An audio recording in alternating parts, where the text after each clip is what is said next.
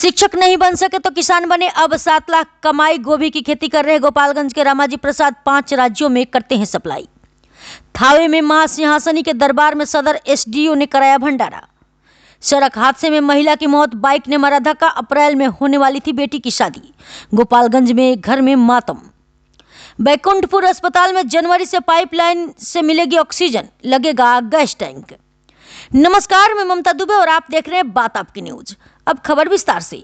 गोपालगंज जिले के बरौली प्रखंड के फुलवरिया गांव निवासी एक किसान पिछले 20 वर्षों से समय के अनुसार खेती कर अच्छी आमदनी कमा रहे हैं। एक किसान कभी मन में शिक्षक बनने का ख्वाब पाले थे, लेकिन परिवार की माली हालत अच्छी नहीं होने के कारण आगे की पढ़ाई नहीं कर सके।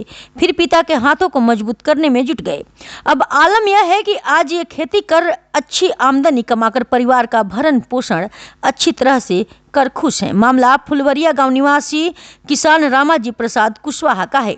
रामाजी प्रसाद मौसम के अनुसार खेती कर अच्छी आमदनी कमाकर अन्य किसानों के लिए प्रेरणा का स्रोत बने हुए हैं। रामाजी ने बताया कि परिवार की माली हालत ठीक नहीं होने के कारण इंटर तक की ही पढ़ाई कर पाए। इच्छा थी कि आगे की पढ़ाई कर एक अच्छे शिक्षक बने। पिता के साथ खेत में काम करना शुरू कर दिया, जिससे परिवार की आमदनी कुछ बढ़ने लगी और खेती का दायरा भी। किसान रामाजी ने बताया कि इस सीजन में गोभी की खेती 5 से 7 बीघा में किया गया है। इसका सीड तैयार कर बिहार, यूपी, बंगाल, असम और झारखंड में सप्लाई करते हैं, जिससे 5 से 7 लाख रुपए सालाना कमा लेते हैं। इससे परिवार का भरण पोषण करते हैं। उन्होंने बताया कि इसी खेती की कमाई से अपने बेटे को कोटा में पढ़ाते हैं। खेती करके मुझे काफी खुशी मिलती है और मैं संतुष्ट हूँ। रामाजी अन्य किसानों को भी इसके लिए प्रेरित करने में लगे हुए हैं। बड़ी बात यह है कि उन्होंने गोभी की खेती करने में पूरी तरह से देसी खाद का इस्तेमाल किया। उन्होंने अन्य किसानों को भी प्रेरित करते हुए कहा कि किसान एक ही खेती पर निर्भर नहीं रहे, बदल बदल कर खेती कर लाभ कमा सकते हैं। अन्य किसानों को भी इन उन्नत किसानों से सीख लेनी चाहिए। एक ही खेती पर नहीं निर्भर रहना चाहिए, जिसमें ज्यादा लाभ मिले उसी खेती कर अच्छा मुनाफा कमाना चाहिए।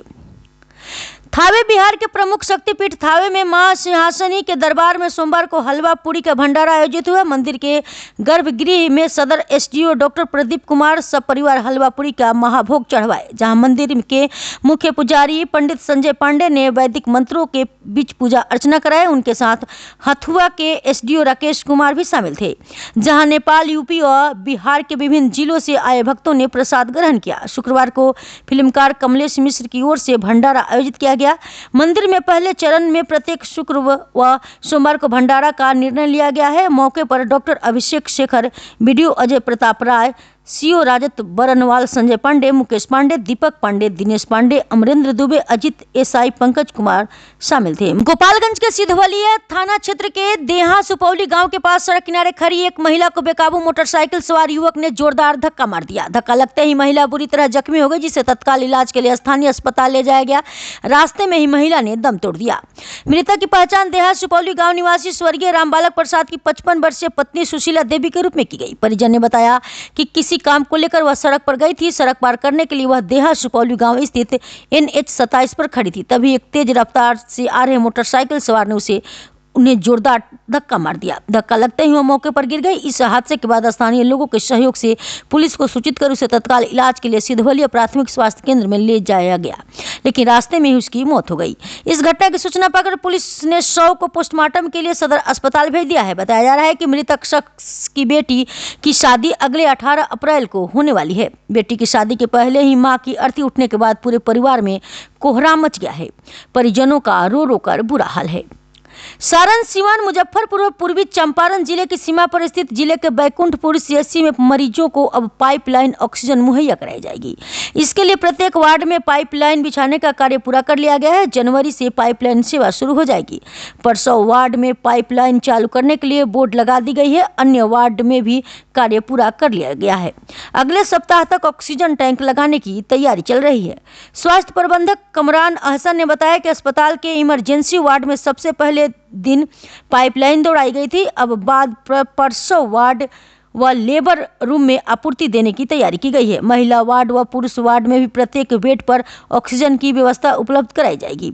वहीं अस्पताल में फिलहाल 60 बेड लगाए गए हैं। यह अस्पताल अब रेफरल अस्पताल के रूप में शीघ्र परिवर्तित होना है।